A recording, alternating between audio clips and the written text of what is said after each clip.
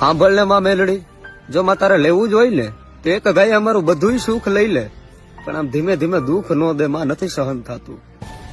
તું ગમે એટલું દુઃખ આપીને પણ તારી ભક્તિ નહીં મેકું માં, હું તારાથી દૂર નહીં રહું.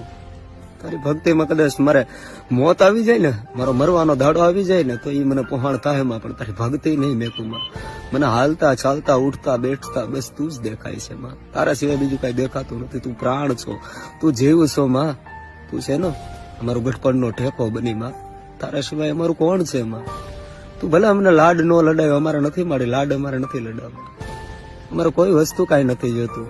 બસ માં ખાલી ખમા કહી દઈ ને માં, એક વાર માથે ખાલી હાથ ફેરવી દઈ ને માં, તો એ બધું અમને મળી જાય. હૃદયના ભાવથી મારી તારો હાકલો સાંભળવા માટે છે ને માં, આ રુદિયો કાયમિકના માટે રાહ જોવે છે કે ક્યારે અમારી ભગવતી અમને હાકલો દે. મળી એ અમારા નસીબમાં નથી. જોજે એટલે ક્યાં વાર ન લાગે તારે આવવામાં, કે તું આવીને અમારો જીવ વયો જાય. જોજે મળી.